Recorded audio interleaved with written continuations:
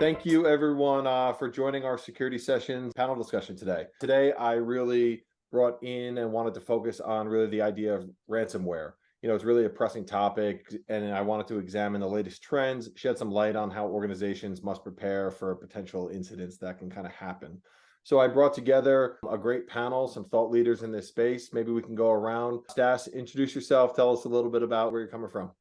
Sure. So my name is Stas Pajuka. I'm a information security professional. I've been in this space for about 20 years. I've got a degree in it. I've been a CISO multiple times. I've got pretty much every accreditation in this space. And I'm the CEO and founder at the moment of a company called Compyl. We're a GRC automation platform. Excellent. Yeah, thanks for being here today. And you're based out of New York, right? Yeah, I am. Very cool. Will, tell us a little bit about yourself, where you're coming from today. Yeah, sure. So Will Klusovsky, about 24 years in the industry. The majority of that time spent in consulting and managed security services. And, within that time, I've kind of worked in every part of that business that exists, from, product development and delivery to operations to R&D and, CISO advisory. So I'm a jack of all trades and very proud of it. That's awesome. Yeah. Excellent. Thanks for joining us today. And to round us out, Dan, where are you joining us from? And why don't you tell us a little bit about yourself? Yeah, thanks. Thanks for inviting me, Daniel. Dan Lorman. I am in mid-Michigan. I work for Presidio as field CISO, and I've been in the industry a little bit longer than some of you guys, almost 35 years. Going back to NSA, started my career at the National Security Agency. I was in England with Lockheed and Mantech, and then 17 years in Michigan government. So a lot of different roles. In Michigan, I was an agency CIO. I was this state's first CISO for all 50 state governments, actually. And then CTO in Michigan, Chief Technology Officer, and then came back to the physical and cyber security world as a CSO in Michigan. So yeah, a lot of government work, and now back with Presidio and loving every day. So it's keeping us busy. That's awesome. Dan, are you originally from Michigan? Originally not. You may hear my little bit of mid Atlantic accent. I'm from Maryland, actually. Oh, cool. Born and raised in Maryland. Went to Poly High School, and actually came back out to the Midwest, Valparaiso, to play quarterback on the football team. But long time ago, in a land far away. But well, yeah, from Maryland originally, and my wife's from Michigan, so that kind of explains everything. There you go. Well, before we dive into this, so what football team do you support? I'm still a Ravens fan. My brothers, I'm the youngest of seven. I have three brothers that are diehard Ravens fans, and so it's a mix. Not really a big Lions fan, but tend to follow more college football. I'm a big Michigan State Spartan fan, though, so I watch a lot of college football. That's great. That's going to rile a few people up, I'm sure. I know. That's what I was thinking. There's a bit of a rivalry out there in Michigan. Yeah, absolutely. I appreciate the three of you making the time today. I actually want to start, Dan. I think you have quite a bit of experience, and it took you so much to publish a book. What was the motivation for writing? It's a leader's guide to preparing, managing, and recovering from inevitable business disruptions. And so I actually co-wrote it with my co-authors in Sydney, Australia, Shemaine Tan. She's a Woman of the Year in Australia for cyber a couple times, and really, really accomplished, done TED Talks and things. But what we really saw missing, there's a number of ransomware books out there. When we published this, it was true stories. People wanted to hear what really happens kind of behind the scenes through the eyes of CXOs. So not just all security pros, but through the eyes of a CIO, a CEO, a CFO, what, kind of the good, the bad, and the ugly, and really kind of walking through, what you can do before. The 12 chapters in the book before, 4 chapters in the middle. So 4 chapters about before an incident happens, 4 chapters about during an incident, 4 chapters, kind of cleaning up after the fact. So before, during, and after, and the ransomware stories, public and private sector, 35 true stories, and then a lot of best practices and what, people wish they knew before it happened to them, and kind of what they can take away from that. So gotten a lot of great feedback on it. That's excellent. Wow. Will, I'm curious, kind of just starting on the front end of this. Ransomware attacks seem to be evolving, especially in the recent years. Like some of these new tactics that these cyber criminals are employing are infiltrating organizations. Some, struggle with basic kind of things like business email compromise, but these types of attacks are evolving. What are you seeing kind of from your lens, and any sort of advice, thoughts on kind of maybe how to remain secure or put a plan in place on the front end? Yeah, it's funny. I was talking to my TI folks before this to kind of get an idea of what was going on. And some of the attacks, they're still using, they're using standard. They're not necessarily more creative than they used to be. Or some of the old stuff still works just fine, because vulnerability and patch management is still a problem, right? Yeah. And then we were talking about how a lot of EDR technology will eventually catch it, right? And there are certain things that they can do, they being the baddies who are trying to kind of sneak around and be quiet and not set off all the alarms, but eventually they're going to escalate privileges, or they're going to do something bad enough that the EDR is going to detect it. And so there's that aspect of it. From a preparedness standpoint, I think a lot of it comes down to we're seeing attack surface management it's kind of a new buzzword. I actually just wrote a blog about it. And it's not just a buzzword. I think that's what the blog title is actually. The ability to kind of look at your environment from the same lens as the baddies are. It can kind of help you get that heads up, that leverage, that understanding of where your risks are. Because again, there's too many vulnerabilities, there's too many risks, there's too many things. You can't patch it all, you can't monitor it all. So you have to focus on the stuff that's going to be, the biggest, that makes the biggest impact. And so really understanding that approach on, how they are seeing their, how outsiders are looking at your business to try and figure out, okay, how do I get in and what do I deal with? And then leveraging that knowledge to improve your internal monitoring capabilities, right? So, how do you detect? It's funny though, because, the whole idea of ransomware is usually for somebody to get a quick buck. But then you've got organizations out there like Ransom House who will do things the hard way, right? They're not just going to send a phishing email and get somebody to click on it. They're actually going to use like some network or application vulnerability like a pen tester would, and then break in. The theory is they're a bunch of white hat hackers who got tired of submitting vulnerability plans to management and not getting them done. So like they're very business like. They will they'll say, oh hey, we've got all your data, we're going to sell it on the dark web unless you pay us. But if you pay them, you get a findings report.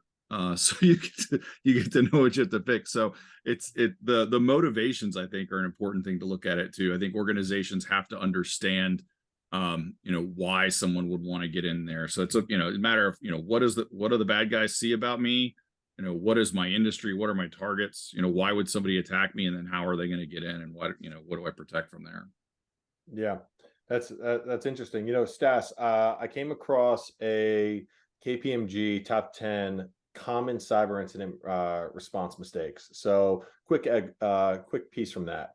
Many organizations implement boilerplate incident response plans, or maybe better known as one size fits all. They often have extensive detail, go over every step, but this type of approach can really impede an investigation. Off-the-shelf plans are often outdated and inefficient against evolving threats and changing technology.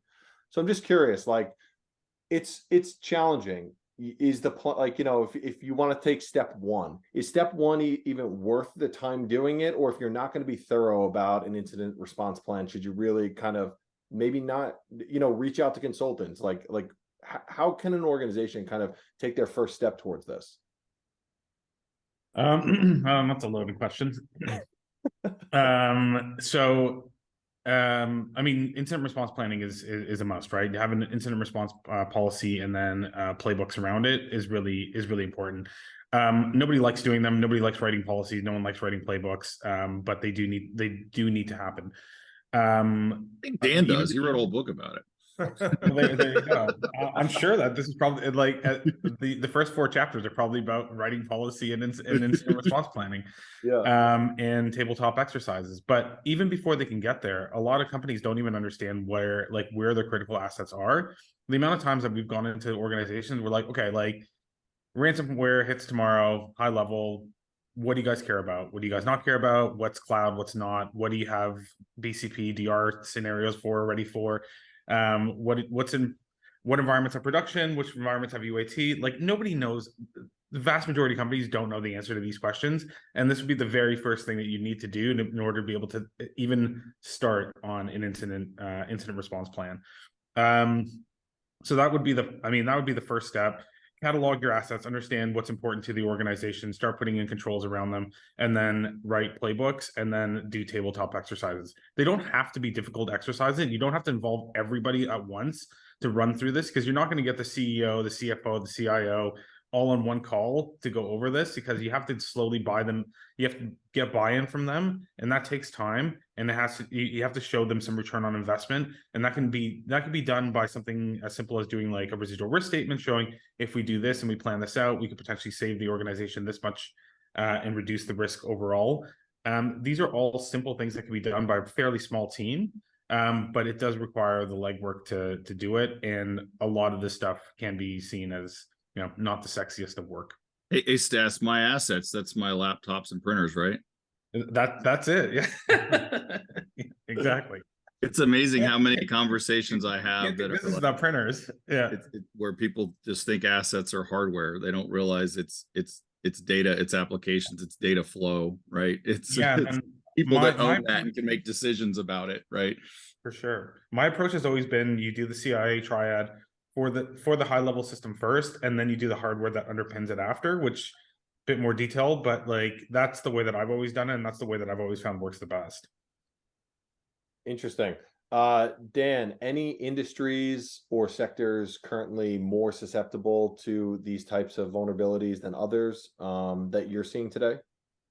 Yeah, it tends to go in kind of waves. Right now, June was, wow, just, it's the flood coming in, both government and private sector, pretty much across the board. I mean, just the recent Move It stuff that we've seen, the ransomware attacks, and the list just for the month of June it's crazy. A bunch of federal agencies hit, but Shell, United Healthcare, Student Resources, University of Georgia, Heidelberg, all over the world. So it's been bad. I mean, certainly the ones that have gotten a lot of the press have been hospitals, health systems, a lot of universities getting hit. But it does go in waves. I mean, a couple of years ago, we wrote a lot about, they kind of went up and down the Eastern Seaboard. They hit Baltimore, Philly, Atlanta, pretty much every city in Florida got hit.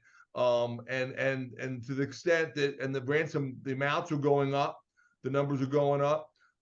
One thing I would say about that, Daniel, in general trends around ransomware, there was a lot of people writing that RSA out in California back in April. A lot of people talking about, well, ransomware is down. Cyber insurance premiums were actually dropping a little bit, and the whole show on cyber insurance premiums.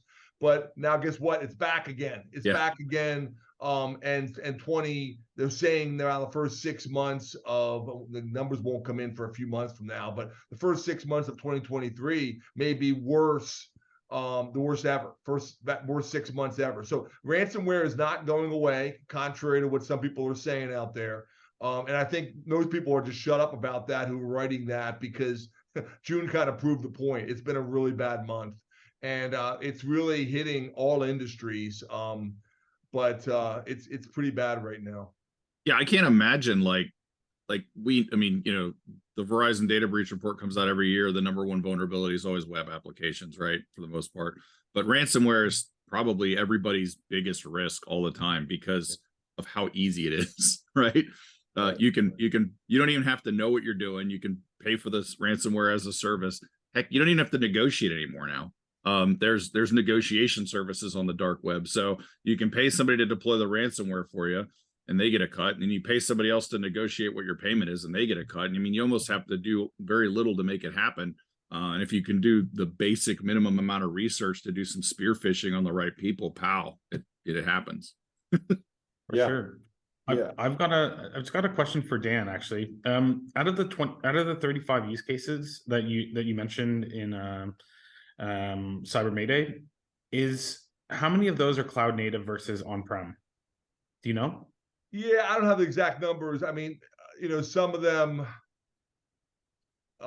definitely some you say cloud native or on-prem, but there's also ones that would move legacy stuff to the cloud too, right? And so there's it's mostly well, I have to say it's a mix. I don't have those numbers off the top of my head. No, I know. I didn't want to put you on the spot. I was genuinely just curious. Yeah, let me ask that, Seth. Like, so from that, like from a cloud versus on-prem, from a ransomware standpoint, like how does the threat actor like approach it differently or do that? Like, how do you feel like that affects it?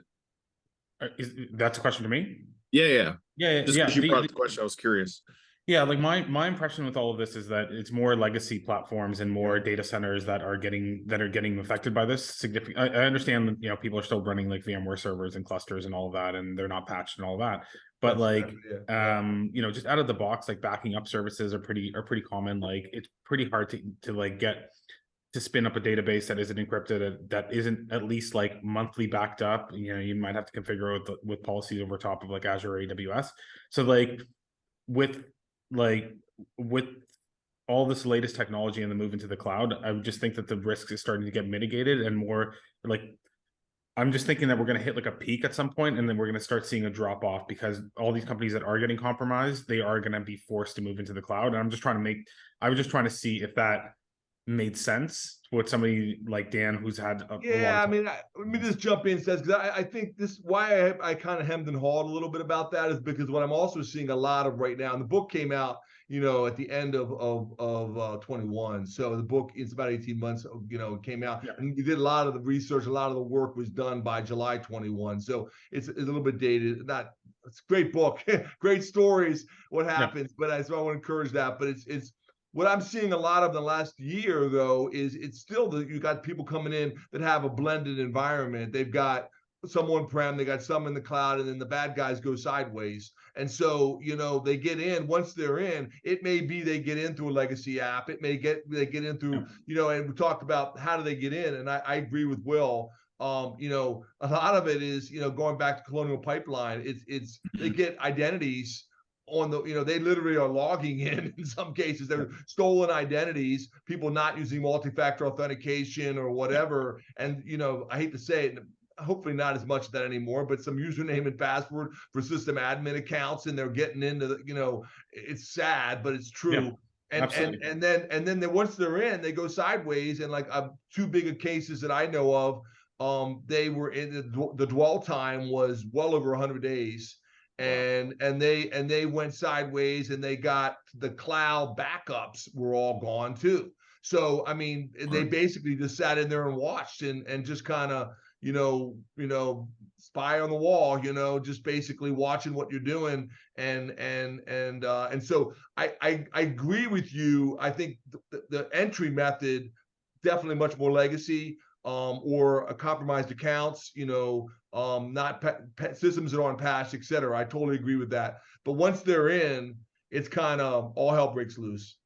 That's an interesting perspective. I hadn't really thought about that before. We all everybody kind of thinks, well, I click on the email and then, my laptop goes back, but that's not really what it is, right? They want to go get the data that's valuable. Right, just locking the corporate network out, or individual laptops and stuff. So they do have to kind of break in and pivot around and escalate and all, do the standard, that kind of stuff. And so, it does sound like maybe, if you've got legacy on-prem stuff, there's a higher risk versus, some of the cloud services. If I've always, for years, even when cloud was like a new thing, clients would ask, how do we, I was like, if you're doing everything wrong on-prem and you move it to the cloud all wrong, it's not going to matter that it's in the cloud. Like, that doesn't fix your problems, other than you don't have to worry about your physical data center, right? that IaaS, SaaS, PaaS model, whatever, you're still responsible for the data and a lot of that stuff. So yeah, that's interesting perspective I hadn't really thought about before, is how they're actually pivoting around in there to find the right data to go ahead and decide, okay, now it's time to pull the trigger, right? Instead of just kind of taking the easy way out. That's right. Yeah, one quick story I'll tell you, and what this is actually is not in the book, but this is, I can't give you the name of the company, but there was a West Michigan, there was a company, small business that was hit, and they had been in well over 100 days, and they had been everywhere. They said, your life is, the guy, they literally called the CEO and 5 minutes before it happened, and they said, your life is about to get really miserable and there's nothing you can do about it, and the guy hung up. I mean, it was almost like in your face, and then they hit the button and everything was encrypted. I mean, it just, all the backups, all the access, everything was bricked. One of my favorite statistics is half of all breaches are not discovered by the company, right? It's discovered when the baddie calls you and lets you know you have it, or you see the blue screen, or your TI or somebody tells you, hey, your data is for sale on the dark web. That's usually when the breach is found out. So despite all the technology that you have that's monitoring everything, it's half the time you're still not going to find it. I totally agree, Will. And a lot of times it's law enforcement making the phone call. Well, yeah, the number of clients who have called me or the company I work for at whatever given time because a 3-letter agency knocked on their door yesterday. Yeah, for sure. Well, Dan, I'm kind of interested then for your perspective here, because, we touched on ransomware as a service slightly, but like, what implications does this have for the frequency and complexity of these attacks with the rise of ransomware as a service? Yeah, I think Will said it really well a few minutes ago. It's getting more widespread, the impact is becoming greater, and the dollar figures are going up. So this is becoming a business model. People have to remember there are countries around the world where this is, economic development for them. I mean, it's like they don't have our laws, and I don't even want to get into the whole, Russia-Ukraine war and that whole thing. But just a lot of these criminal gangs are in foreign countries, and so it is a challenge. I mean, I don't want people to be deflated. I certainly do think there are examples of where they do, 3-letter agencies and others, and working with our counterparts in Interpol in Europe and other places where they do bring down big networks. It does happen. It's great stories to share success stories. But the spread is just, it continues. It maybe just like kind of the economy, up and down, recession, inflation, whatever, same kind of thing. It ebbs and flows in ransomware, but overall the trend is still up, and it's still, a broad, a scary environment that's getting bigger. And like you said, you don't necessarily have to have a lot of skill sets to get into the game now. Yeah, and one of the details I got today from talking to my team was, a lot of it, the technology is not, they're writing in like Python or Rust, which, the EDR tools aren't necessarily as familiar with, right? So one of the guys I work with had a great quote, and he said, if you build a better mousetrap, you're just going to get a smarter mouse, right? So this is lucrative. From the old world way of pen testing, this is now giving you something to do with, once you're in there, versus just breaking in and maybe, stealing financial data or whatever, or trying to, how hard, what a pain in the butt it is to try and, blackmail an executive because you've got some data from them. But how easy is it to just lock up everybody's data and sit and wait for them to pay you, right? And sell it. Yeah, exactly. I mean, like, Exactly. what if you've got the means, what else is there to do? Like, what else is easier or better? Yeah, for sure. I mean, if you look at this Ion situation that just happened, so companies are still, I mean, it's becoming less worrisome because the days are getting longer and longer, or it's become further and further away from that incident. But literally, you have companies like leading financial institutions that don't know if their market position data is on the internet and who has access to it, and if it was ever shared. And they're literally like, this is like worst case scenario for a lot of these companies, especially like for hedge funds and brokerages, because if that data were to leak, again, it's getting further and further away the positions change, but the days after that was really, really like they were going into like DEF CON. It was becoming pretty grim for them. So like just to not know what's going on in the organization, who's got access to the data, what they're doing with the data, who wants to buy that data. It's not a position that companies want to be in, obviously. And to Dan's point, like that's, it's one thing for me, oh, I want to make some money, let me do some stuff. It's another thing to be like, yeah, I've got geopolitical reasons, or I'm a hacktivist.